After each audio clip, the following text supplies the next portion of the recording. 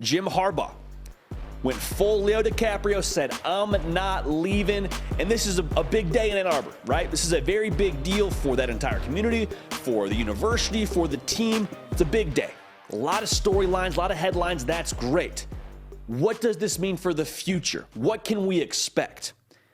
The first thing for me is you went from unfinished business conversation to now being fully in unfinished business mode.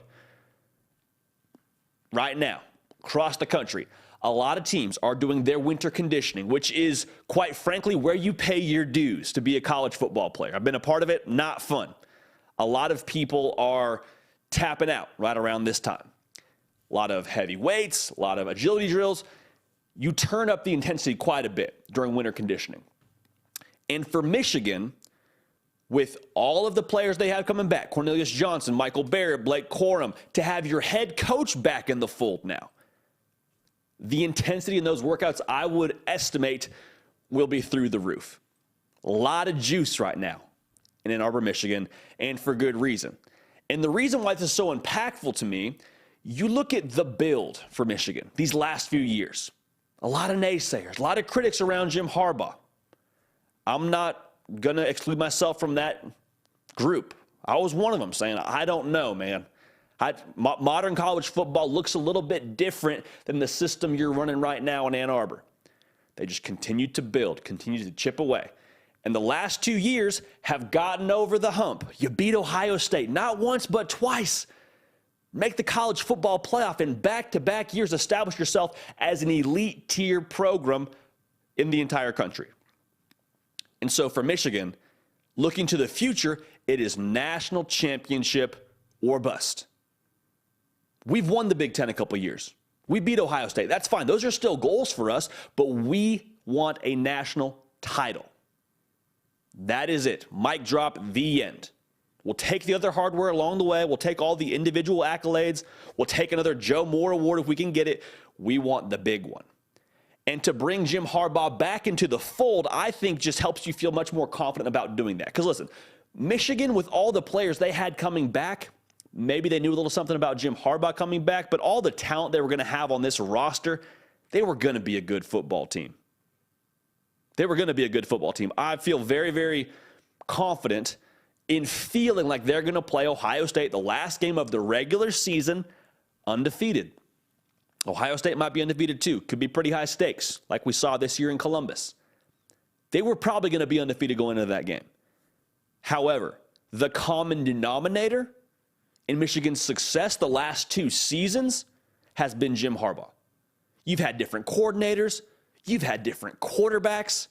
Jim Harbaugh was the key piece, the most notable piece, that is, that got you past Ohio State twice and into the college football playoff. Him coming back says a lot about what he thinks about Michigan, and I believe what they're capable of going forward.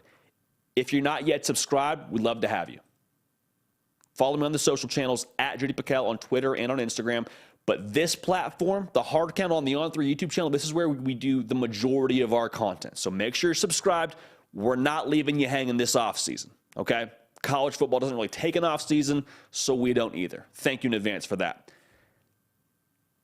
Do you understand how much Jim Harbaugh is leaving behind? Like, I know you do, but other people that are on the outside looking into this thing, a lot of people that just sort of follow the sport here and there and check the Twitter feed, Jim Harbaugh, with the way that college football is trending, is leaving behind potentially a better quality of life, a spot where it looked like his heart was in for many times, going back to the NFL where his brother coached. I mean, like there's a lot that I think he's leaving on the table.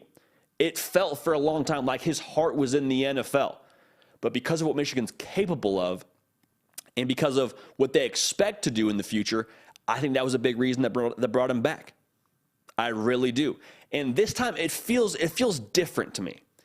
Because last year that is, he was pretty open about wanting the Vikings job.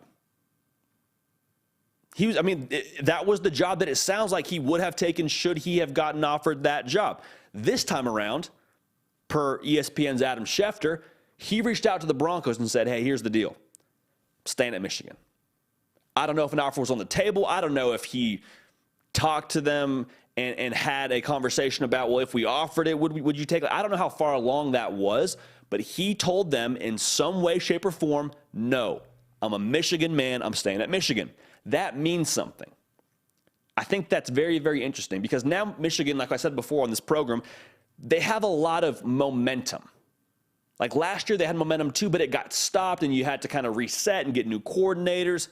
They have momentum carrying from last year into this next year, and I think that's going to make them dangerous. I really do. I very, very much do. I also think that Jim Harbaugh would have gotten offered an NFL job. I do think that would have eventually been on the table if it wasn't already.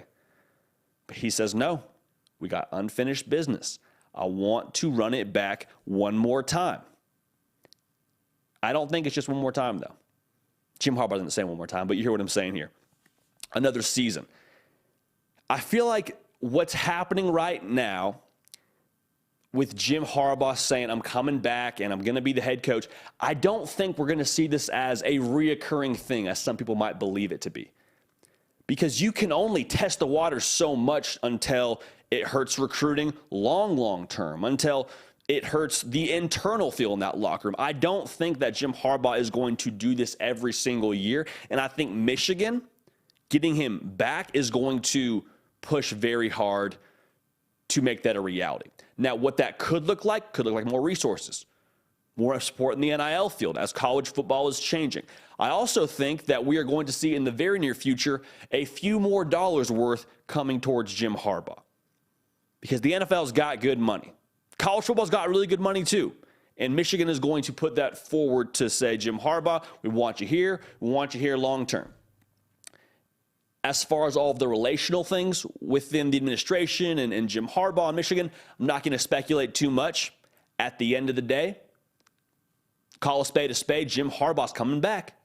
And I don't think he's going to flirt too much with the NFL in the coming years. Now, hear what I'm not saying. I am not saying he will never be an NFL coach again. I'm not saying this is it forever. He's staying in the collegiate ranks. I hope that's the case. I would love that. But I don't know if that's 100% true.